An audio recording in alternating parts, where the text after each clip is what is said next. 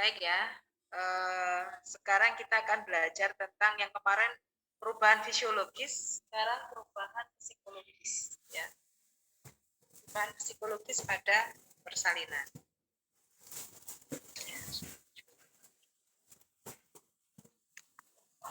Oke. Saat persalinan itu akan terjadi beberapa perubahan. Akan terjadi beberapa perubahan ya, baik itu perubahan psikologis maupun perubahan fisiologis maupun psikologis ya. Kalau pada perubahan fisiologis kemarin kita membicarakan tentang apa saja sih perubahan-perubahan yang terjadi di tubuh ibu pada saat persalinan. Nah, sekarang kita akan membahas tentang psikologisnya. Kalau dilihat dari segi psikologis itu, perubahan apa yang terjadi pada saat ibu mengalami persalinan. Ya. Nah, persalinan itu dibagi menjadi beberapa kala. Ya, kala 1 kala pembukaan, kala 2 kala kelahiran bayi atau kala persalinan, kala 3 kala kelahiran plasenta, dan kala 4 kala pengawasan ya, atau 2 jam postpartum itu ya, kala 4. Nah, yang akan banyak sekali perubahan atau yang akan apa ya istilahnya membuat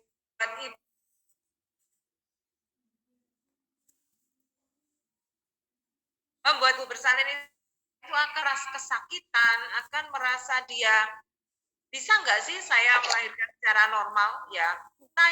Tanda tanya yang paling besar itu akan ada pada kala 1. Kemudian waktu yang paling panjang juga ada di kala 1, yaitu kala saat menunggu pembukaan, mulai dari pembukaan 1 sampai dengan pembukaan 10.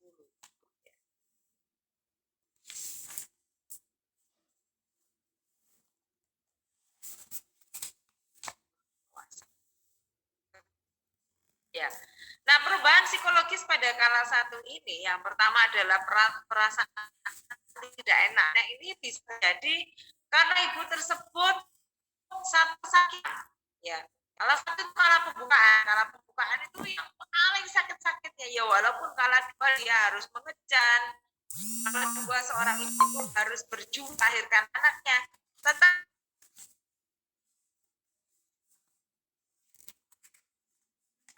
yang lama ya. Nah, ini merupakan suatu proses yang akan dirasa sangat panjang dan membuat perasaan itu tidak enak. Bagaimana nanti proses sampai dengan menuju ke pembukaan lengkapnya, apakah cara itu adalah perubahan psikologis yang perasaan tidak enak. Dan ragu akan persalinan yang akan dihadapi. Ya. Apakah nanti saya bisa melahirkan secara normal? Apakah nanti saya akan operasi? Ya, bagaimana anak saya? Apakah ada cacat dan lain sebagainya? Itu takut dan ragu akan persalinan yang akan dihadapi. Sering memikirkan apakah persalinan menganggap sebagai percobaan. Menganggap pertanyaan sebagai percobaan ini apabila seorang itu sudah ini, Bu, saya dulu pernah mengalami ya, Bu, ini harus di drip. Artinya di drip itu ditambahkan suatu perangsang kontraksi ya, melalui cairan infus yang nantinya keberhasilannya masih 50% ya, 50-50. Kalau memang usaha ini berhasil, maka ibu akan melahirkan secara normal. Kalau usaha ini tidak berhasil, maka ibu akan operasi. Nah, ini kan masih 50% yang dianggap persalinan ini adalah sebagai percobaan. Kalau seandainya bisa lahir normal ya normal, kalau enggak operasi ya. Apakah penolong persalinan dapat sabar dan bijaksana dalam menolong? Kala 1 ya, saya juga pernah jadi bidan baru ya. Saya juga pernah menjadi bidan di rumah sakit ya. Saya juga pernah menolong persalinan walaupun bukan di rumah saya, tetapi di rumah bidan dulu saat saya masih awal-awal menjadi bidan. Kemudian emosional kita masih labil, namanya kalian loh ya, kalian lulus bidan umur berapa? 19, 20, 21, antara 21, 21 dan 22, ini kita ini masih suka-sukanya jalan-jalan, masih suka-sukanya pacaran, have fun, dan kita harus dituntut untuk nungguin orang bersalin yang kadang-kadang itu teriak-teriak gak jelas, ya kan? Sakit Bu Bidan, sakit Bu Bidan, sakit. Nah, seperti itu tuh emosional kita ini dipertaruhkan, ya, kesabaran kita dipertaruhkan, kebijaksanaan kita dipertaruhkan. Saya nggak akan menyalahkan kalau saya melihat adik-adik ini masih kurang sabar dalam menghadapi ibu bersalin, ya, karena saya sendiri juga pernah jadi seperti kalian, ya, nggak sabaran. Kemudian pernah saya dulu sampai, karena dinas pagi itu bangun kesiangan, ya udah biasa itu ya. Kalau kalian mungkin bangunnya malah sampai yang muslim subuh mungkin ya apa enggak ya, sebulan mungkin bisa bisa dihitung ya. Kalau dulu Bu Nomi gitu ya, masih apa namanya, kalau pas habis dinas sore nih, curhat nih ya, dinas sore itu bisa sampai jam 11 gitu baru pulang, karena kan ada tindakan, ada ini ya di rumah sakit. Terus besoknya harus dinas pagi. Ayo bayangkan ya. Begitu nyampe rumah kita mandi dulu, kemudian sholat isya, lalu belum lagi kalau pengen nonton TV, mainan HP dan lain sebagainya, telepon-teleponan sama pacar ya. Itu mungkin ya sekarang yang terjadi sama kalian. Terus besoknya harus dinas pagi. Apa namanya, tidur paling nggak jam 1, jam 12, jam 1.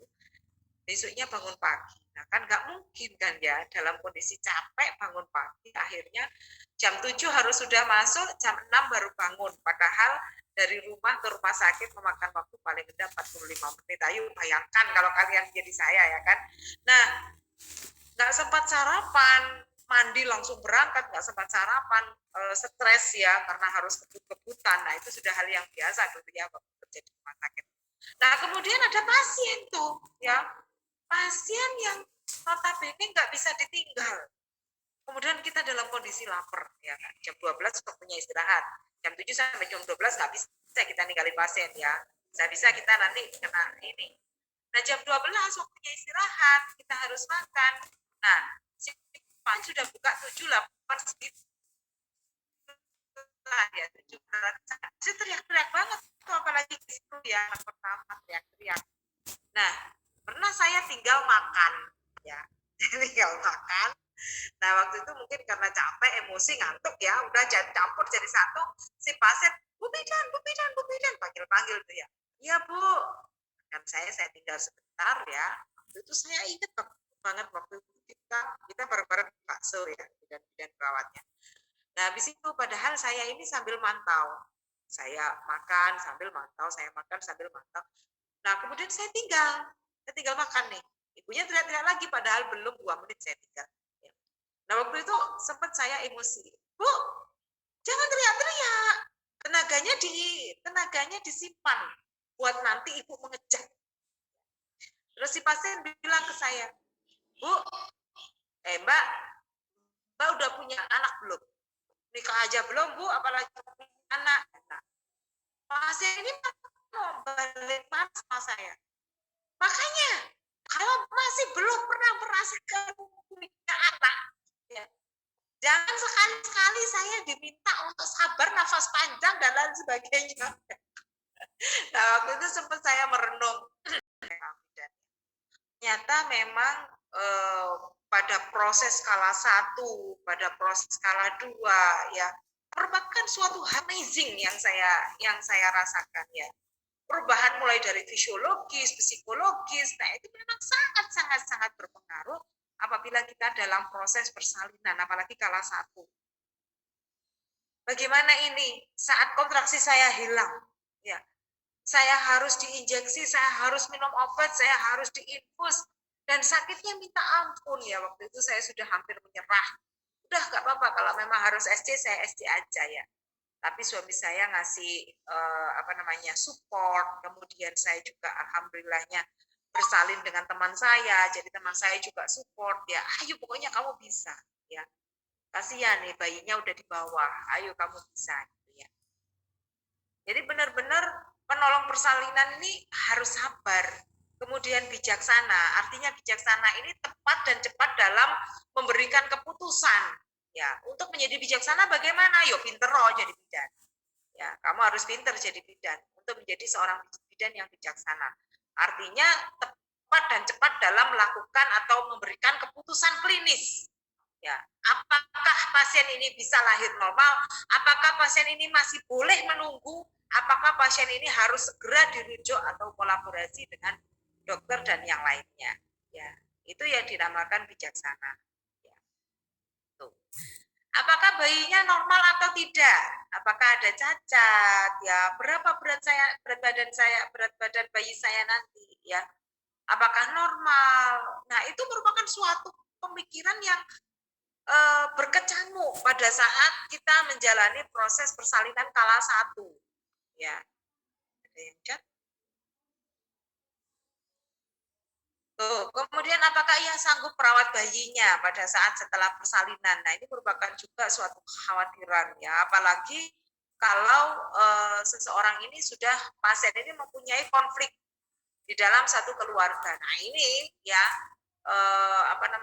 tugas kita menjadi bidan itu harus sabar, bijaksana itu dipertaruhkan ya. Kalau seandainya ada pasien yang mempunyai masalah lah ya di keluarganya dengan suami, dengan keluarga yang lain, nah ini pasti akan sangat mempengaruhi psikologis pada kala 1.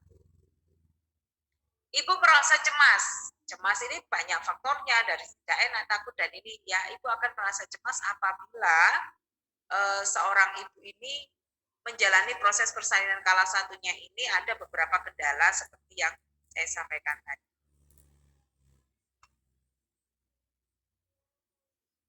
Kalau bisa dipengaruhi pengalaman sebelumnya.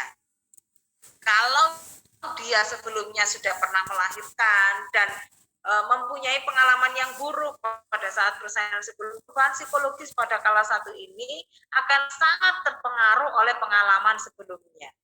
Tetapi kalau pengalaman sebelumnya ini baik-baik saja, ya berjalan lancar, bidannya baik, sabar, kemudian tidak ada permasalahan yang serius yang harus dihadapi, ya maka kemungkinan besar proses persalinannya pada kala 1, kala 2, dan selanjutnya akan berjalan dengan lebih baik atau lebih lancar. Persiapan menghadapi persalinan ini menyakup fisik, mental, dan materi. Ini yang paling penting dan lain sebagainya yang mendukung. Fisik, ibu berarti harus sehat. Bukan hanya ibu yang sehat, bidannya harus sehat, pendamping harus sehat, si bayinya juga harus sehat. Nah, ini merupakan faktor fisik dalam menghadapi persalinan. Mental, ya, kesiapan ibu terhadap mentalnya, ya, siap nggak jadi seorang ibu, siap nggak dalam proses persalinannya, ya itu akan sangat mempengaruhi. Kemudian mental si bidannya, si pendampingnya, ya, dan itu bukan hanya kita soroti terhadap ibunya, kita tahu bahwa faktor-faktor yang mempengaruhi persalinan, ya, kemarin masih ingat ya, power, basic, danger, psychologis, ya ini salah satunya adalah psikologis, ya, penolong, ya, position. Nah ini merupakan salah satu faktor yang akan mempengaruhi seperti jalan atau tidak. Ya, psikologi, materi ini juga sangat berpengaruh. Tapi kalau sekarang kan sudah ada BPJS ya biasanya.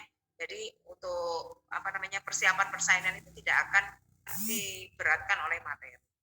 Saya aja kemarin waktu SC ya, SC yang kedua kan, SC yang pertama persalinan awal, yang kedua SC itu pun tidak mengeluarkan biaya yang sangat banyak, paling hanya berapa ratus ribu itu aja ya untuk mungkin peralatan bayinya yang tidak tercover BPJS dan lain sebagainya, obat-obatan yang tidak tercover. Nah ini materi kalau sekarang sudah banyak yang menggunakan BPJS ya, kita diberikan kemudahan, jadi nggak perlu mikir aduh saya kalau seandainya nanti harus SC, saya harus menyiapkan uang sekian juta ya. Dengan adanya itu, dengan BPJS itu terbantu banget ya. Itu materi. Tetapi juga akan berpengaruh apabila ada apa ya, sosial ekonomi yang menengah ke bawah dan tidak ada yang penunjang ya, tidak ada penunjang seperti BPJS tadi. Lingkungan ya, lingkungan. Lingkungan ini bisa kita lihat dari berbagai macam faktor. Yang pertama adalah tempat, ya, di mana kita akan melakukan persalinan. Ya, maka dari itu setiap tempat, ya, tempat yang akan menerima persalinan itu benar-benar harus dilihat layak enggak, kemudian tempatnya tertutup enggak, jauh dari kebisingan enggak, ya. Kalau tempatnya itu dekat dengan kebisingan, jalan raya besar, katakan, kemudian apa namanya tidak strategis, ya. Nah ini juga akan mempengaruhi psikologi suami ya. Udah kita kesakitan, tempatnya itu apa namanya tidak jauh dari jalan raya, ya. Oh, nah itu juga akan mempengaruhi disorder. Diri juga dari hygiene atau kebersihan lingkungan, ya. Itu juga akan mempengaruhi ya bau yang tidak sedap, kemudian apa namanya kotor ya. Nah, kemudian tidak tertata, nah itu akan mempengaruhi lingkungan. Mekanisme coping. Apa sih mekanisme coping itu? Mekanisme coping itu merupakan suatu cara bagaimana kita menghadapi sebuah permasalahan ya. Suatu cara, suatu apa ya, feedback atau umpan balik. Saya siap enggak menghadapi apa namanya persalinan ini? Bagaimana kalau seandainya nanti ada suatu hal yang terjadi di pertengahan proses persalinan saya? Ya, apakah saya bisa menerima, apakah saya bisa memberikan umpan balik yang baik terhadap keterangan dari sang penolong persalinan, ya. Katakan, Bu, Pak, ini sebenarnya sudah pembukaan 8, ya, katakan. Pembukaan 8, tapi pembukaan 8 dan penutupan ini sudah pecah lebih dari 6 jam, tidak ada kemajuan, katakan, ya. Padahal 8 ke 9 itu harusnya hanya beberapa jam. Ya, ini sudah 6 jam. Saya tadi sudah memberikan info pemberitahuan bahwa kalau memang tidak ada kemajuan maka akan dirujuk. Nah, si ibu ini karena mekanisme copingnya kurang baik, nah dia denial, dia menolak. Ya, nggak bisa, saya ingin melahirkan secara normal, saya tidak mau SC. Nah, ini suatu mekanisme coping yang kurang baik. Ya. Walaupun kita sudah sampai apa namanya sampai jelek memberikan arahan, memberikan pemberitahuan informasi KIE ya, edukasi ya. Tapi ibunya tetap karena mekanisme copingnya kurang baik ya. Mengatasi permasalahan kurang baik. Nah, itu dari faktor ibu. Dari faktor bidan juga bisa penolong ya, dari faktor ibu dan keluarga ya yang saya jelaskan tadi. Kemudian kalau dari faktor bidan, mekanisme coping yang kurang baik adalah salah satunya juga kurang bisa untuk memberikan keputusan yang tepat dan cepat pada saat seseorang tersebut membutuhkan fungsi kolaborasi ataupun fungsi rujukan. Itu juga suatu mekanisme coping yang kurang baik apabila dilihat dari faktor bidan. Sikap terhadap persalinan. Ya, sikap terhadap persalinan ini juga kita soroti bukan hanya dari seorang ibunya yang mau bersalin, tetapi juga pada faktor bidan dan pendukung atau pendamping. Ya. Kecemasan menghadapi persalinan, intervensinya, kaji penyebab kecemasannya, orientasikan ibu terhadap lingkungan, pantau tanda vital, tekanan teknik-teknik relaksasi, pengaturan nafas untuk memfasilitasi rasa nyeri akibat kontraksi uterus, ya. Maka dari itu apabila kita setelah apa namanya ya melakukan pemeriksaan atau melakukan pemantauan, seharusnya ya harus kita memberikan keterangan kepada ibu dan keluarga. kayaknya kan setelah T vaksinasi atau memeriksa adanya pembukaan. Nggak boleh kita, sudah Bu, kemudian kita keluar itu nggak boleh.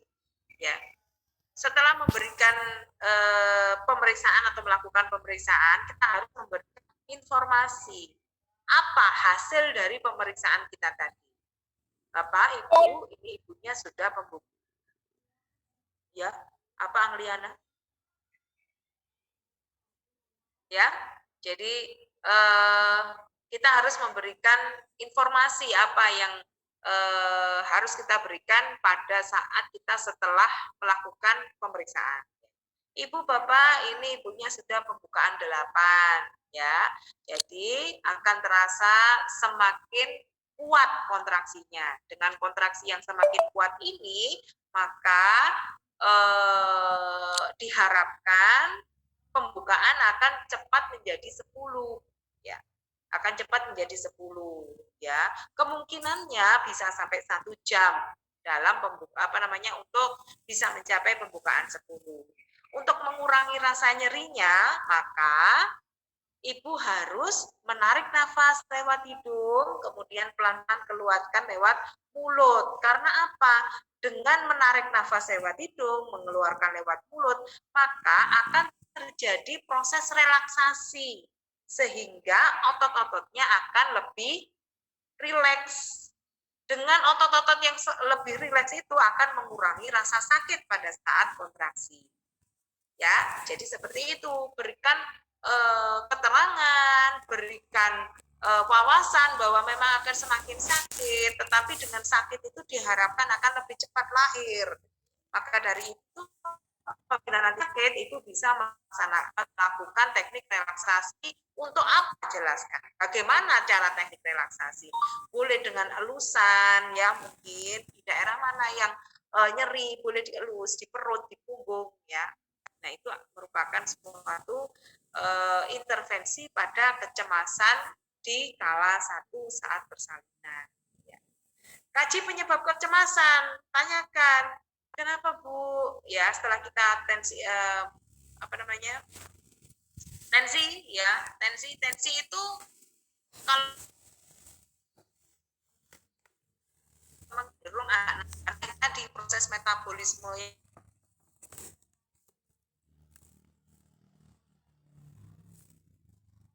aktif, rasa sakit yang beradaptasi, maka akan ada peningkatan tensi dan nadi. Tetapi harus kita pantau apabila tekanan darah dan nadi ini meningkat secara tajam, ya, katakan awalnya 110, kemudian 2 jam atau 3 jam kita tensi ibunya, ya, ternyata kok naiknya sampai 160 katakan. Nah, itu harus kita kaji, ibu kenapa, ibu cemas kah? Atau memang ibu pusing kah? Atau bagaimana ya? Nah, itu harus kita kaji. Kurang pengetahuan tentang proses persalinan. Ya, intervensinya apa? Kaji tingkat pengetahuannya. Walaupun pada saat proses persalinan, ya, katakan masih buka 1-2, ya, harus kita kaji tingkat pengetahuannya. Ibu, kemarin Ibu atau tidak periksa ke kita, katakan ya. Kalau periksa ke kita, kita bisa setiap kali ANC atau antenatal care atau pemeriksaan kehamilan, kita kaji, Ibu, nanti ini sudah trimester kedua ini usia kehamilannya sudah sekian minggu. Nah, sudah sekian minggu berarti Ibu harus sudah mempersiapkan ini. Nah, saya beritahukan bahwa mulai masuk tuh pengetahuan ya. Tapi kalau seandainya ada pasien datang ke kita, ternyata pasiennya ini nggak pernah periksa ke kita, itu pernah ya, pernah terjadi. Nah, harus kita kaji tingkat pengetahuannya, ya. Kita kaji tingkat pengetahuannya, kita berikan informasi tentang proses persalinan dan bagaimana pertolongan persalinan yang akan dilakukan, dan jangan lupa kita berikan info konsen. Kemampuan mengontrol diri menurun pada kala 1 fase aktif. Kala 1 itu dibagi menjadi 2 ya, fase laten dan fase aktif. Fase laten 1-3, fase aktif 4-10 ya. Fase aktif dibagi lagi menjadi 2. Fase akselerasi, dilatasi maksimal dan deselerasi ya, itu fase aktif. Bagaimana supaya Ibu mampu mengontrol diri ya pada kala satu fase aktif ya, karena fase aktif ini sakit-sakitnya ya, kontraksinya semakin meningkat, semakin adik kuat ya. Intervensinya bagaimana? Berikan support emosi dan fisik. Ya. Ayo Ibu sabar. Kalau kita Muslim mungkin biasanya saya karena saya Muslim maka saya pantau, saya tuntun pasien saya ya dengan membaca-baca doa, kemudian apa namanya sambil kita tuntun ibunya untuk berdoa, kemudian support emosi, sabar ibu ya. Untuk menjadi seorang ibu kita harus sabar. Apalagi nanti ini kalau anaknya rewel, anaknya nangis ya, maka sekarang kesabaran ibu ini harus dipertaruhkan pada saat ibu akan menjadi seorang ibu ya, supaya bisa menjadi seorang ibu yang baik bagi anak-anaknya dan lain sebagainya. Ya, itu merupakan support emosi ya. Kalau ibu didampingi, diberikan support seperti itu, ibunya bisa tenang ya. Nggak ditinggal kemana-mana ya. Nah, itu merupakan satu support emosi. Fisik, fisik bagaimana? Memberitahukan bahwa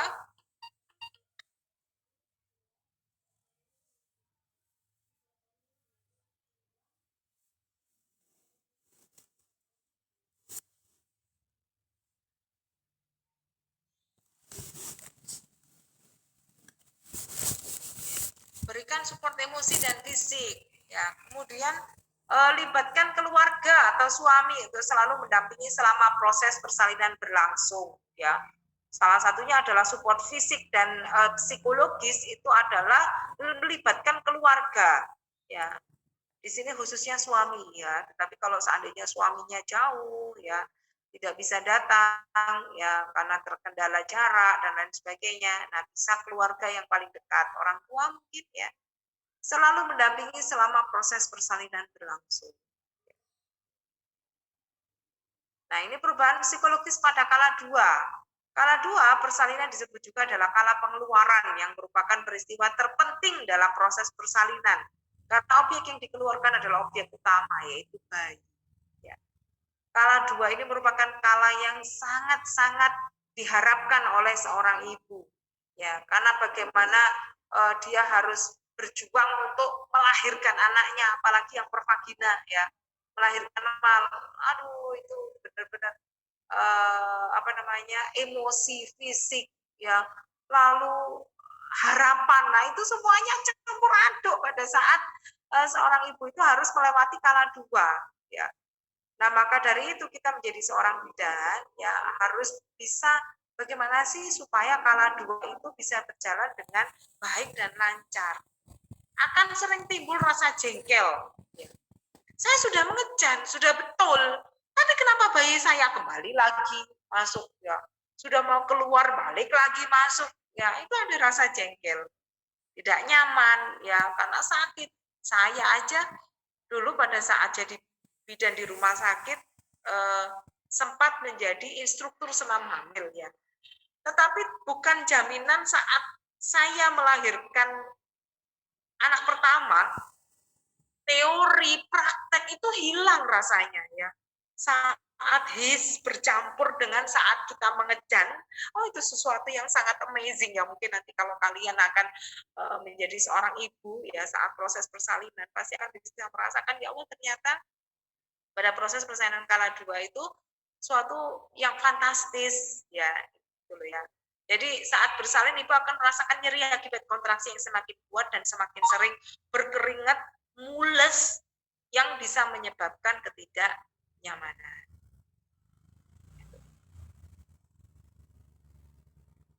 Badan selalu kegerahan karena saat ini metabolisme ibu meningkat ya, denyut jantung meningkat, nadi suhu pernafasan meningkat, ibu berkeringat lebih banyak, akibatnya ibu merasa lelah sekali, kehausan ketika bayi sudah dilahirkan karena tenaga ibu habis dipakai untuk menerang.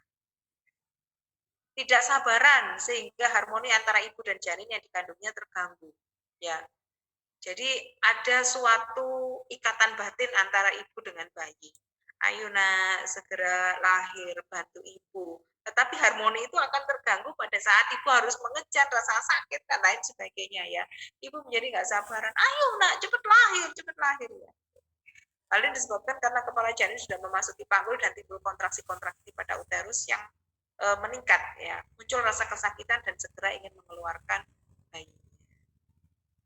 Setiap ibu akan tiba pada tahap persalinan dengan antisipasi dan tujuannya ya. Nah, efek yang dapat terjadi pada ibu karena mengadan yaitu exhaustion ya. Ibu merasa lelah karena tekanan untuk mengejar sangat kuat, itu namanya exhaustion ya. 2, ibu merasa dirinya distres dengan ketidaknyamanan panggul ibu karena terdesak oleh kepala janin ya, sakit banget ya. 3, panik jika janinnya tidak segera keluar dan takut persalinannya akan berjalan lebih lama. Oke, sampai dengan perubahan psikologis pada kala 2, ada yang mau ditanyakan karena waktunya juga sudah mepet. Perubahan psikologis pada kala 3 mungkin nanti akan saya sampaikan di pertemuan berikutnya. Ada pertanyaan silakan.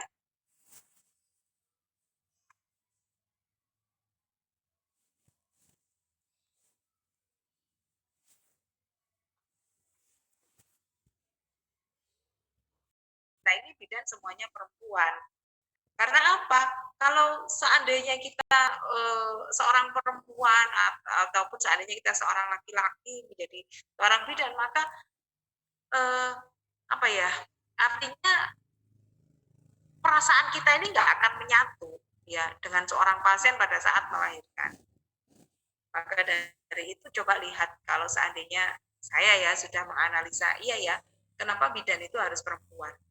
Saya lihat dokter SPUG itu kan ada yang perempuan ya, spesialis obgyn itu ada yang ada yang laki-laki ya. Ada yang laki-laki. Beliau kalau menolong persalinan secara normal itu ada yang telaten lah ya, tetapi ada beberapa yang tidak telaten. Jadi yang disuruh nungguin itu bidannya sampai dengan pembukaan 10. Dokternya datang sudah pembukaan 10, udah deh lahir ya. Nah, proses persalinannya pada kala satunya dia nggak mau tahu ya. Kalau bidan kala satunya aja ditungguin kok. Ya, ayo gimana? Lebih sakit kan? Kalau sakit tarik nafas panjang sambil dielus-elus. Nah, ya. Ini merupakan suatu hal yang memang sangat menyenangkan sekali saat kita mempelajari tentang kebidanan yang nantinya akan kita lalui sendiri sebagai seorang perempuan. Ya, oke. Mudah-mudahan apa yang sudah saya sampaikan pagi ini bermanfaat karena waktunya sudah habis. Terima kasih perhatiannya. Saya akhiri sekian. Selamat pagi. Wassalamualaikum warahmatullahi wabarakatuh.